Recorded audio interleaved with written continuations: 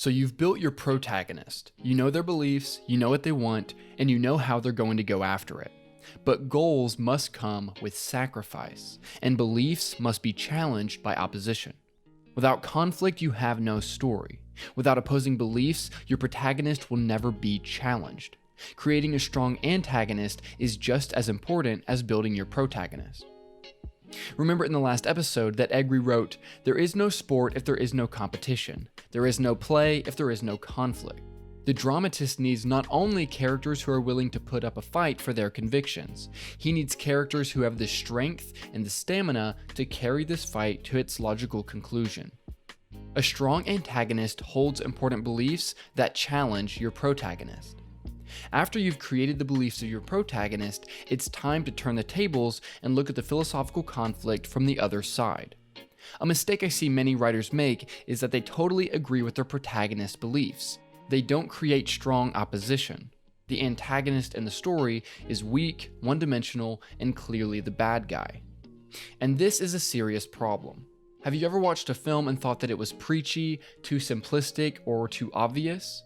What likely happened is that the writer spent too much time reinforcing the beliefs of the protagonist, while creating a weak, easily defeatable antagonist without real philosophical beliefs.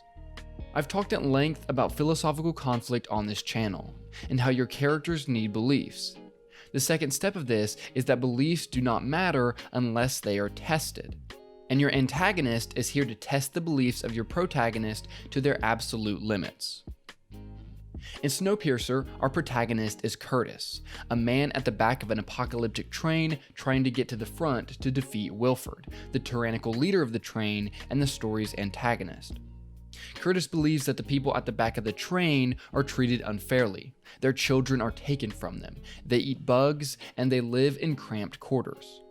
However, Curtis will find Wilford at the front, a man who believes that to keep the train moving, certain sacrifices must be made for the good of the small sliver of humanity that still remains alive on Earth.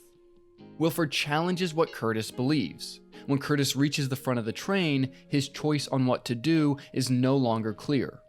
Wilford challenges Curtis with a dark truth, and that is that Wilford's tough decision-making is what has kept humanity alive. Wilford does more than send his henchmen to fight against Curtis and his friends. Wilford challenges Curtis's point of view. He challenges the reason he fought to the front in the first place. Wilford's beliefs directly oppose what Curtis believes. In The Dark Knight, Batman is trying to rid the city of organized crime and create law and order. Batman believes people need law and order so that they can live in peace. However, these beliefs are directly challenged by the Joker. The Joker believes the only sensible way to live in this world is without rules, and he challenges Batman's view of the world by trying to show him that everyone in Gotham will turn against each other if they get desperate enough.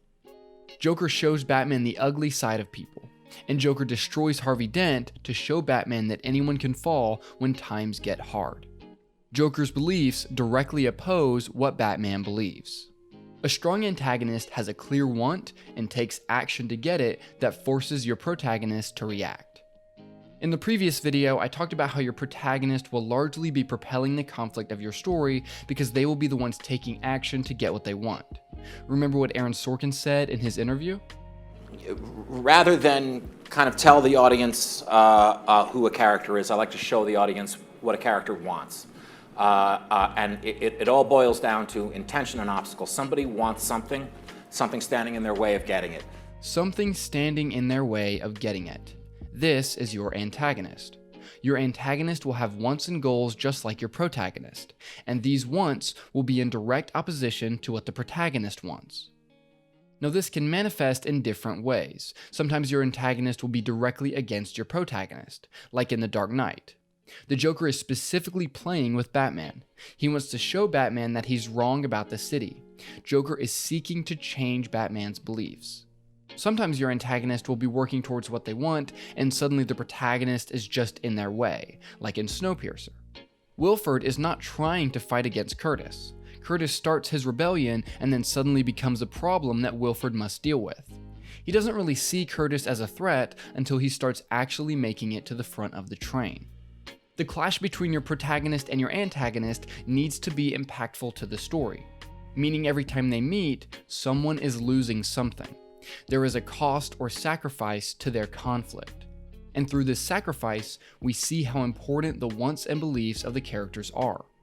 Back to Snowpiercer, Curtis continues to lose his friends and allies as he cuts through Wilford's men. By the time Curtis gets to the front of the train, he has lost everyone close to him. He made sacrifice after sacrifice to get to the front, and so we realize how important it is to him that he gets to Wilford and kills him. In The Dark Knight, the Joker kills Rachel and destroys Harvey Dent. With the death of Rachel, Batman has lost the most important person in his life. We see that his fight with the Joker has cost him greatly. And through this, we see how important his beliefs are. I was meant to inspire good, not madness, not death. Batman has to decide if his fight is even worth the sacrifices he has to make. This is powerful. This will invest your audience into your story's conflict, and it will force your characters to change as they must handle the consequences of their fight. Part of creating good story conflict is that your protagonist and antagonist are working with a similar level of power. They have to be able to be a challenge to one another, or your story's conflict will die too quickly. In The Art of Dramatic Writing, Egri writes, "If for any good reason the antagonist cannot put up a protracted fight, you might as well look for another character who will." Now, of course, many times the protagonist starts by being completely outmatched by the antagonist. For example, in The Matrix, Neo doesn't have the power to fight against the agents of the Matrix. However, over the course of the story, he gains power and is able to fight against them in the end.